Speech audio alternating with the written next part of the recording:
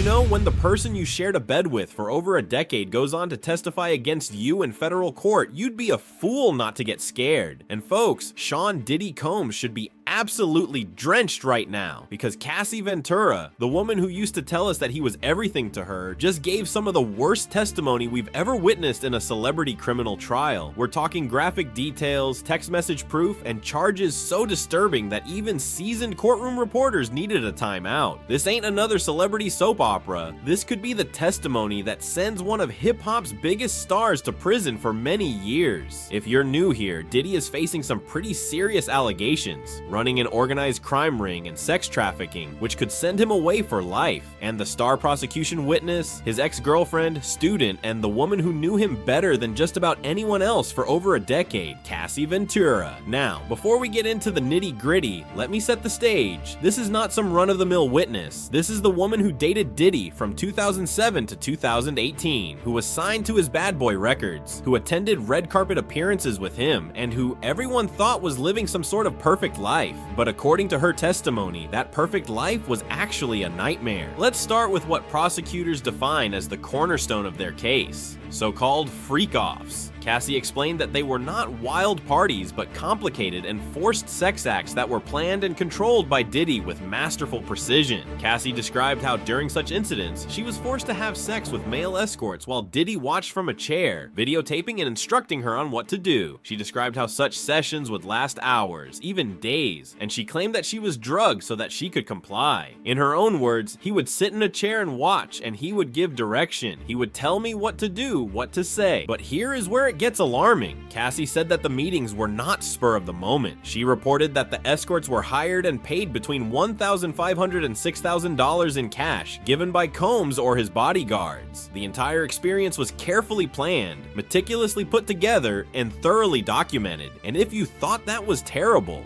wait until you hear about the production values. Cassie testified that eventually, these sessions were more carefully planned, with Diddy demanding that they be lit with candles or colored lights, similar to what was used on music videos. I mean, the guy supposedly made sexual coercion into a film production. The nerve is just breathtaking. Now, let's talk about what is most likely the most damaging piece of evidence: the 2016 hotel incident. Do you remember the security video that surfaced where Diddy punched somebody in a hotel corridor? Cassie had told us that she was the one in that video who got injured. She said that the altercation occurred at the Intercontinental Hotel in Century City. Cassie described that she attempted to exit during the middle of one of these freak-off sessions, but Diddy reportedly pursued her down the hallway nude except for a towel. Diddy is grabbing, pushing, and pulling someone in the video, and Cassie confirmed that the person was her. But here's what proves the prosecution's case. They didn't just use the video, they presented text messages from Combs to Ventura after the incident. Texts in which Ventura told Combs, "You treat me like a hooker, to be honest," later adding, "This hooker has been here for 10 years. In response, Combs simply replied, "Wow." Cassie's testimony was not just a recounting of what happened. She also described how it affected her physically and emotionally.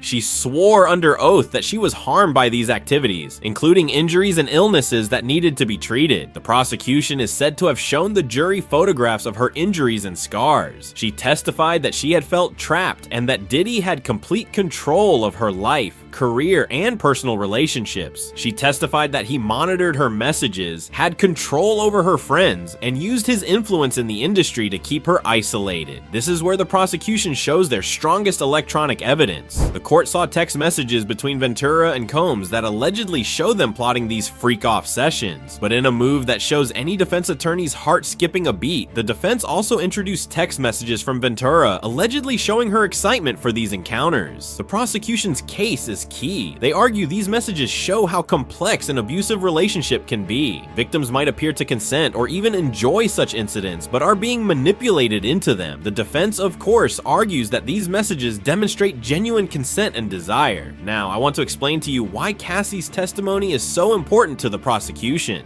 The federal organized crime and sex trafficking charges against Diddy require prosecutors to show a pattern of illegal activity and the use of force or pressure. Cassie's testimony gives the prosecution some key points. It builds a pattern. She attested to years of alleged abuse and intimidation, which helps attorneys build their organized crime cases. Organized crime under federal law requires proof of a continuing criminal group, and Cassie's testimony shows that this was not one or two incidents, but a series of actions. Second, it addresses the aspect of force. Commercial sex crimes must show that victims were forced into engaging in such acts. Cassie's claim of being allegedly drugged, manipulated, and coerced into participating in these acts directly supports this. Third, it makes the charges more personal. Let's be honest, federal charges can seem abstract to a jury, but when the victim steps onto the witness stand and describes in graphic detail what she says happened to her, it makes the charges feel more personal and real. Diddy's defense lawyers are arguing that it was all consensual, that Cassie and the others who claim to have been harmed voluntarily participated in these acts. They're pointing to text messages where Cassie allegedly expressed excitement as proof of voluntary participation. But here's where the defense faces a huge challenge. Federal law says consent can be withdrawn by pressure, and the prosecution argues that Diddy's control over Cassie, as her boyfriend, her boss at her record label, and someone who controlled her money and career, made it hard for her to give real consent. The legal question is whether or not a reasonable person in Cassie's position would have believed they could say no. Based on the power imbalances, the control of money, and the abuse she described, it's tough for the defense to argue otherwise. Now, onto the real issue, trustworthiness. Defense lawyers will certainly argue that Cassie might be lying for money, revenge, or attention. That's business as usual in high-profile cases like this one, but the prosecution has a lot going for them. First, Cassie's account is supported by physical evidence: the hotel tape, the text messages, and the medical records. Second, her account matches what other witnesses have reported about similar incidents. Third, the detail and emotion in her account felt genuine to individuals in the courtroom. Let's discuss how this testimony probably influenced the jury. Courtroom reports say that Cassie was very tearful during her testimony, often crying as she recounted her experience. She testified for several days, giving detailed accounts of the abuse and coercion she endured. This type of testimony is very strong for prosecutors because it puts the charges into a real-life context. When jurors hear a victim explain their trauma in detail, it's harder for them to reduce the charges to just legal terms. Cassie's account also provides the opportunity for other victims to come forward. In such cases, a single credible victim can inspire others to speak up. The prosecution has indicated they have additional witnesses ready to testify to similar experiences. This creates what lawyers call a pattern and practice case, where multiple victims describe the same abuse. This is especially useful for the racketeering case because it shows that the alleged criminal enterprise was organized and ongoing. That's the problem. After testimony like this, the defense is in a tough spot. They not only have to discredit Cassie's testimony, but they also need to explain away the physical evidence, text messages, and video. Their approach appears to focus on questioning the reliability of the witnesses. But when a victim speaks for hours about suspected abuse, supported by physical evidence, it's hard to argue with that. I've covered a lot of celebrity court cases. Still, Cassie Ventura's evidence in Diddy's trial is bad news for the defendant. The mix of direct accusations, physical evidence, and emotional testimony makes this case one that prosecutors dream of and defense lawyers fear. Whether or not you believe Cassie's story, what she's shared has shifted the direction of this case. This isn't celebrity gossip. These are serious federal crimes that can lead to decades in prison. What do you think about what Cassie said? Would it convince a jury? Let me know in the comments below, and don't forget to subscribe for the latest on this extraordinary case. The truth will come out, and this trial still has a long way to go.